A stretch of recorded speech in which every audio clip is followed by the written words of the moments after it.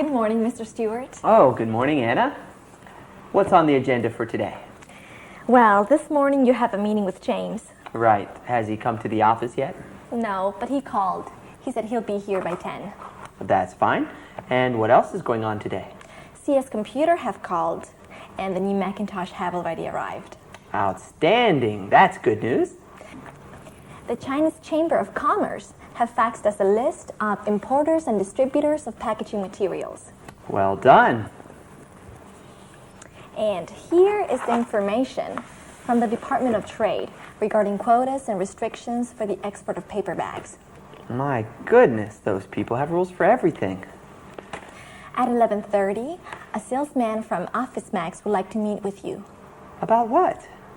Oh, it's about office supplies and furniture. I don't want to meet with that guy, Anna. Could you take care of that for me, please? Sure, I can meet with him. Thanks, Anna. I give you full authority to make any purchase decisions. It's all up to you. I trust you. Right, can do. Oh, finally, Forbes magazine called. They would like to interview you for a feature article. Really? That's interesting. Well, schedule them for a lunch next Friday. I already have, Mr. Stewart. Thank you, Anna. I don't know what I would do without you. Well, that's why you pay me the big bucks, Mr. Stewart. Do you want some help?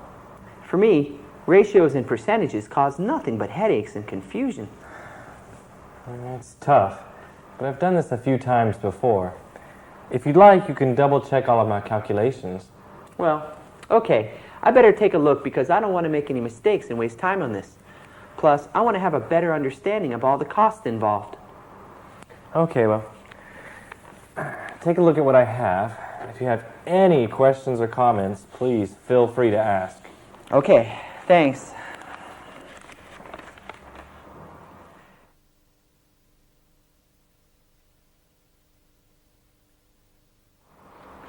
Hey, James, I have a question for you. You've entered the legal charges under the fixed cost heading. Yes, so I have. Are you sure that's correct? Shouldn't that be a variable cost? Technically speaking, yes, it should be a variable cost. Well, would you like to explain it to me? You may not agree. Well, I don't care. I want you to explain it. This is important. Okay. By entering certain charges as fixed costs as opposed to variable costs, then we can make a bigger deduction in our income tax statements for the first year. Wait a minute. Is this legal? Strictly speaking, no, this is not legal. What? Should I remind you that we are businessmen and not politicians? We should be doing everything by the book. Well, we aren't actually breaking any laws. All I did was just follow common accounting practices. Everybody does it this way. James, I'm not sure I like the sound of this.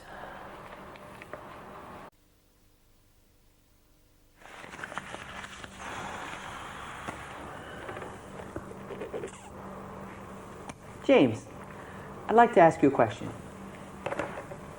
Sure thing. What? What do you think if we bring in somebody from outside the company to help with the figures? What do you mean? Well, both of us are going to be very busy with the many details of setting up a new factory. Right. And I think it's okay for both of us to admit that working with numbers is not our strong point. Fair enough. Okay. Given that you and I have neither the experience or the expertise for number crunching, wouldn't you agree that it makes sense for both of us to hire an outside consultant to help with the numbers? I agree. Your reasons are solid. Well, I'm happy you agree. Can you think of anyone who may be qualified for the position? Yes, actually. How about Sue? Sue? Which Sue? Sue Strobel, the financial consultant. The woman who prepares our corporate taxes every year. Right, of course. Sue. Oh, she's a genius with numbers. Well, why don't we call her to see if she's available? Well, I'm not sure. As a consultant, she works on a freelance basis. Okay, I'll have Anna call her to set up a meeting to see if she's available and interested in this project.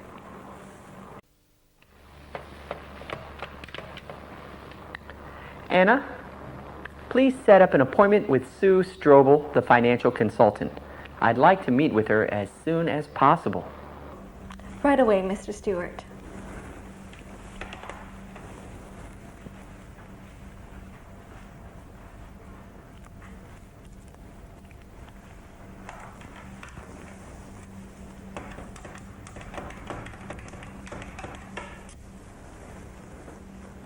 This is Sue Strobel. Hi, Sue. This is Anna Baker of Impressive Printing calling. Hi Anna, how are you? Couldn't be better, thanks. And yourself? Peachy. This is my slow season for work, so I don't have much to do. I'm just taking things easy. What's on your mind? Well, Dave Stewart has asked me to set up an appointment with you at your earliest convenience. Really? And what would this be about? Well, Dave and James are working on a new project. They'd like you to go double-check their figures in accounting. Neither of those guys are good with numbers. Don't I know it? And you know, Sue? Yes? Well, you didn't hear this from me, but I think that Dave may ask you to be a full-time consultant for this project. Really? That would be great. Okay, I am free tomorrow. Anytime is fine. How about meeting here at 3 p.m.? Perfect. See you then. See you. Bye-bye.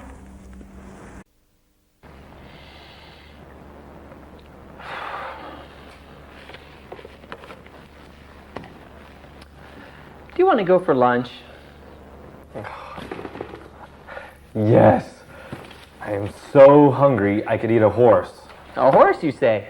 Well, why don't we go for French food then? I was only joking. So what do you fancy? Well, we can either go for Thai, Italian, or Chinese. Whichever one is cheapest and the quickest, because I want to get back here and finish this paperwork before the end of today. Well, the Thai restaurant is always the cheapest, but sometimes the food's slow. And the Italian restaurant has a good set menu, but it's about 30% more expensive. And what about the Chinese? Oh, you know the Chinese. We always regret it every time we go there because we always eat too much. So many choices. What do you reckon? Well, I'd quite like to go for Italian. Why? We just had Italian last week. Well, I'm in the mood for pizza today. Okay then. So shall you drive or I? Well, I think I'll drive. Your route decision making really scares me. So where are you going to park? Well, hopefully we'll be able to park outside the restaurant. We'll have to wait and see until we get there. Okay, let's go.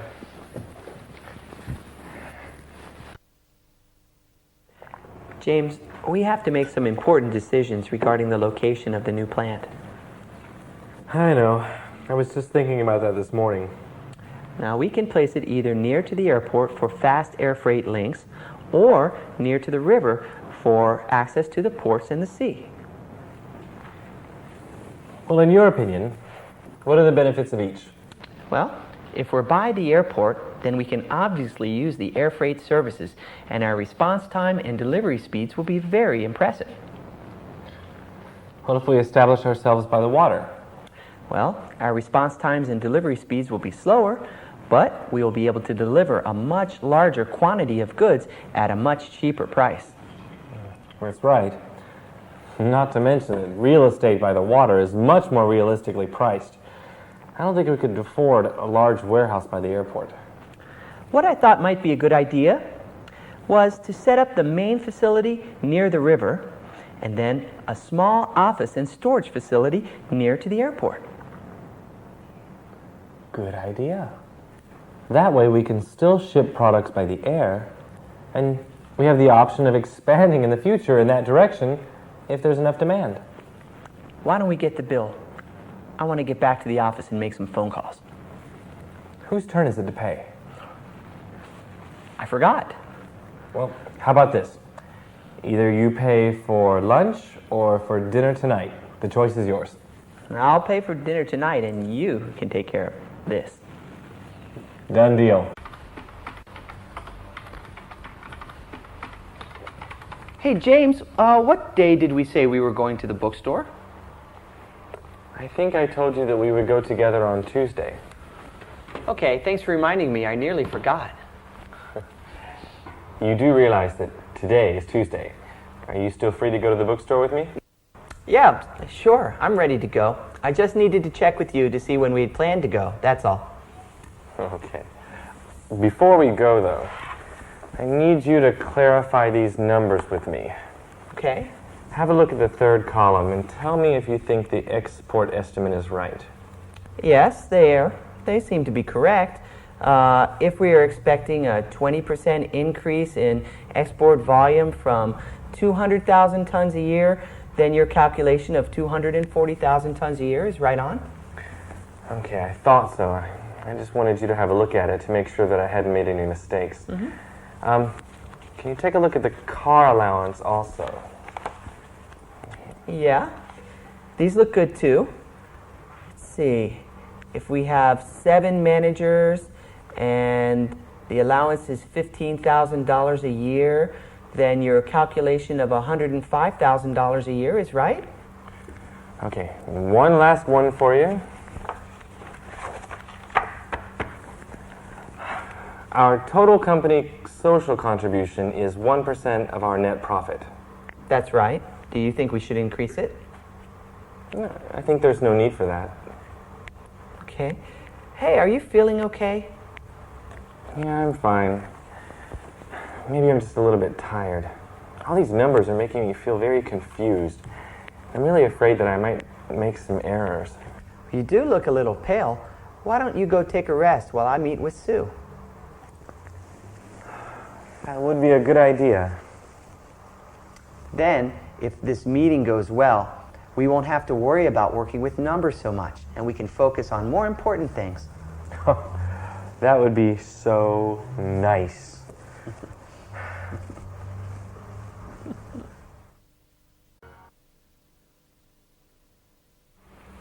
Hello, Mr. Stewart. Hi, Sue. Thank you so much for coming on such short notice. Thank you. Please sit. Well, you usually only call for my services during tax time, so I figure it must be important. Actually, it is kind of important. Very important, really. Really?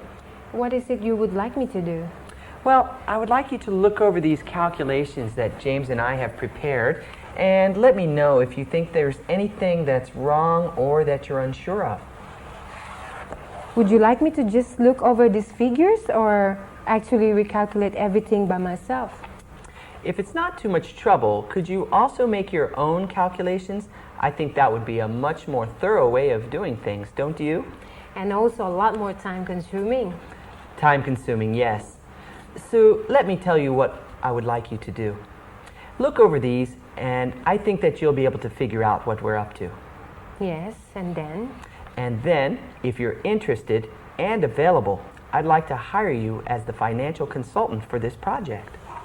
So, in other words, you would like to offer me a job? That's right, if you'd like. What is it that you are doing, or is it a secret? No, it's no secret. We're going to expand our business. Is that so? Yes, that's right. Paper bags. Paper bags? Paper bags to China. Paper bags to China? Sounds interesting. Okay, count me in. I am awake. What time is it? It's dinner time. Hey, I've got some good news and some bad news for you. Give me the good news first. Okay? Sue is going to join our team. Oh, that is great. What's the bad news? Well, the bad news is I'm taking her out to dinner to celebrate her joining our team. I thought you and I were supposed to go shopping. Well, I'm sorry, but something else has come up and, well, it's late now. Besides, we can go shopping tomorrow. Yeah, I suppose so. Are you expecting me to have dinner with you guys? Oh, only if you feel like it. Otherwise, you can go home or you can stay here and work on the new proposal. Maybe I'll just stay here and work, because there's a lot to be finalized before we can meet with our bank next week. Okay. Do you want me to bring you anything to eat? Good idea. Maybe just a hamburger and some french fries? Okay. Would you like cheese on that? No thanks. And no mayonnaise either. I hate that stuff. Well, either Mr. Jones, the bank manager, or Mr. Smith, the bank chairman. Well, who do you think we can get a better deal with? Do you remember the last time we met with them? Yes.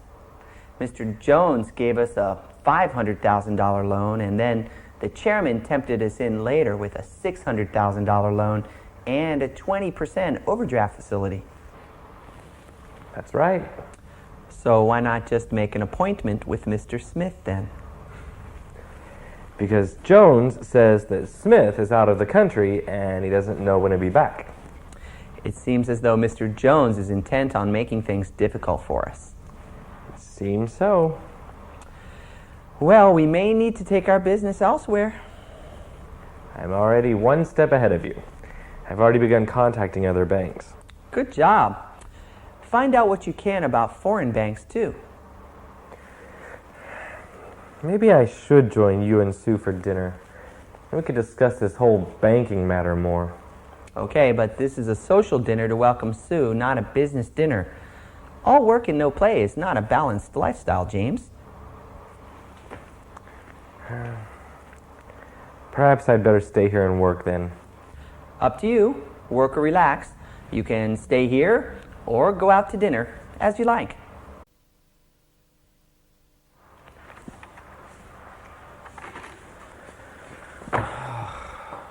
I wish it was Friday.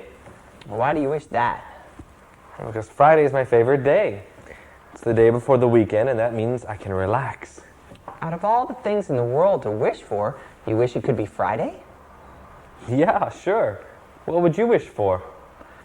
Well, have you ever heard of the saying, if wishes were horses, then beggars would ride? That old saying? My father used to tell that to me all the time. In fact, my grandfather used to say it to my father all the time. Those are words of wisdom. Let me tell you, James, I don't wish for anything. You don't? No, I don't. I set goals for myself, and then I do whatever I have to achieve that goal. Whoa. Yeah, whoa, James. I don't wish for things that I can't have. I set goals for anything, and in that way, I can achieve anything I want. That's deep. So ask yourself, James, would you rather have wishes that may never come true, or set goals for yourself that you can achieve? I like your way of thinking. Hey, by the way, did you contact our bank manager? Yes, I did. And I told him that we would like to arrange a meeting with the bank chairman.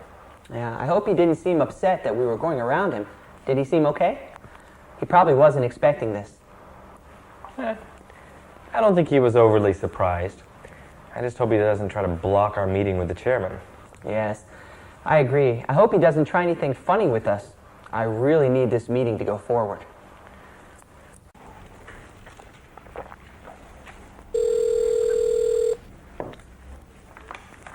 Hello? Hello, Mr. Brown. Thomas Jones of Lloyd's Bank is holding for you on line 3. Thank you, Anna. Hello, James Brown speaking. Hello, Mr. Brown. This is Thomas Jones calling from Floyd's Bank. How are you today? Well, hello, Mr. Jones. How nice of you to call. Have you managed to arrange a meeting with Mr. Smith for us yet? Not yet. Making a meeting with Mr. Smith is easier said than done. Perhaps you'd find it more convenient to speak with me. Really? You do know that we were really hoping to get in to see him before the end of the fiscal year. Yes, well, as you know, Mr. Smith is a very busy man. We are all very busy, running our own businesses, you know.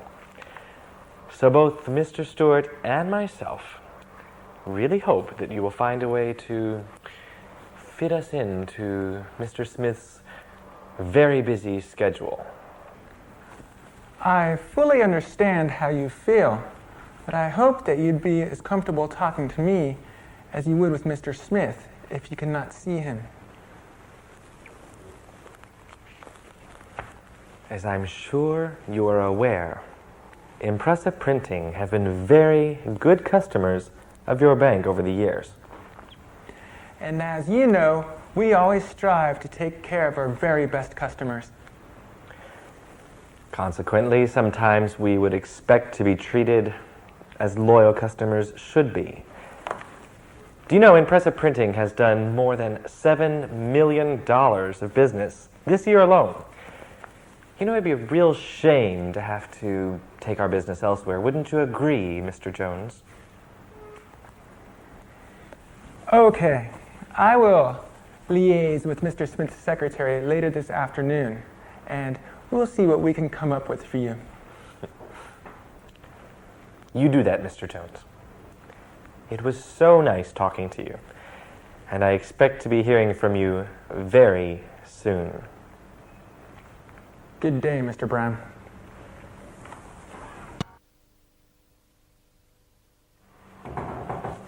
Come in. Did you speak to Mr. Jones yet? Yeah, just got off the phone with him about 20 minutes ago. Don't tell me. He was difficult, wasn't he? Well, let's just say that I made myself perfectly clear to him on this matter. Did he get your point? We'll see. He's going to call again. What if he remains unable to help us? Oh, he's able to help us. The question is, does he want to help us? We can't really afford to waste too much time with him. What about the other banks? What have you found out about them? Well, Barclay and TSB know us by reputation, and they're both interested. Good. That's good. They both said that we could make an appointment with them whenever it's convenient for us. Great. Well, I like that. And what have you found out about the foreign banks? Well, I found this one bank called China Global. They have offices in the United States, and they have programs to assist in the setup of new businesses. Really? That sounds promising. Have you scheduled an appointment with them? No, not yet. Do so. Make it for as soon as possible. Okay, done. I've never worked with a foreign bank before. There could be some very exciting opportunities here. Okay. Okay, thanks. Goodbye. Making plans for this weekend? Actually, yes. I have to go out of town for a funeral. Oh, I'm sorry to hear that. My condolences on the departure of your loved one. She's a distant relative. I've only met her once or twice. She's my cousin's grandmother. Do you mind if I ask how she died? Old age. She was 97 years old. She was making cookies in the kitchen and she just kneeled over and died. 97 years old. How about that? She was living history. What a way to go. 97 and still had the energy to cook. I should be so lucky. Yeah, she remained active for her whole life. She didn't look a day over 75. How many days will you be gone? Well, I'll only be gone for 3 days, but there's so much work to be done here. Don't worry about it. We'll cover for you till you return. It's only 3 days, Dave, and we just keep on keeping on until you get back. And if there's any emergency, we'll call you. And don't you even think about not going. You should pay your respects to your relative. Yeah. And I'm sure the whole family will be there too. Yeah, that's true. There's nothing like a funeral or a marriage to bring people together.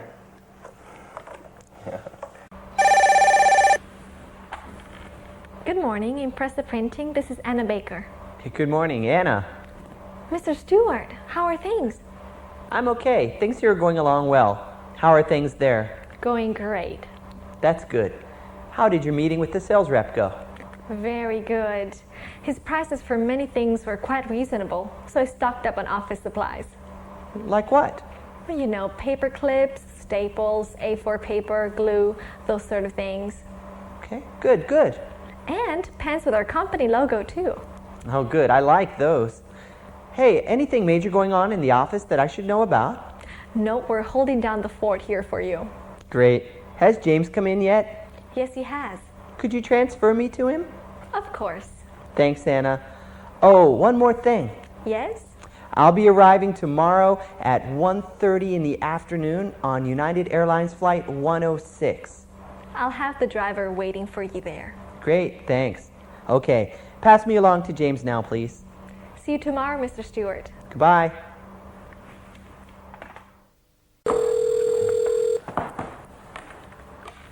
Yes.